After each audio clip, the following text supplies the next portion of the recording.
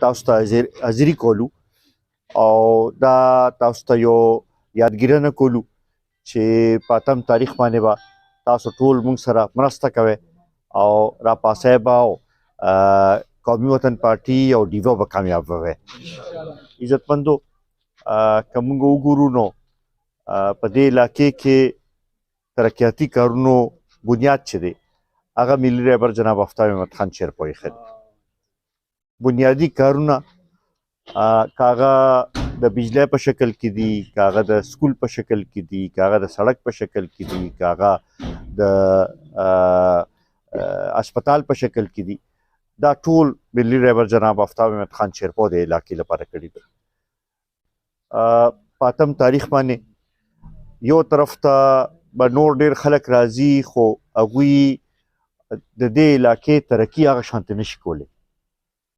هغوی ته که موقع میلوم شي نو هغه شانتې کوشش یا هغه شانتې د دې علاقې د مسلو حل نشي روباسلی.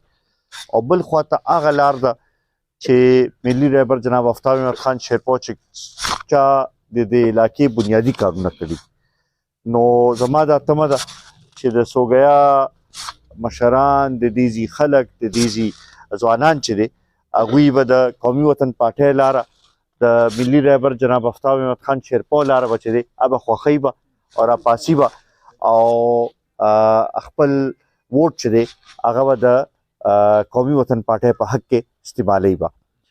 زه یو ځل بیا ستاسو ټولو مشرانو ډېر زیات مشکور یم، د خپل د ځوانانو وروڼو ډېر زیات مشکور یم چې دوی موږ له دا موقع راکړه چې موږ دلته راشو او تاسو سره دا یو څو خبرې وکړو.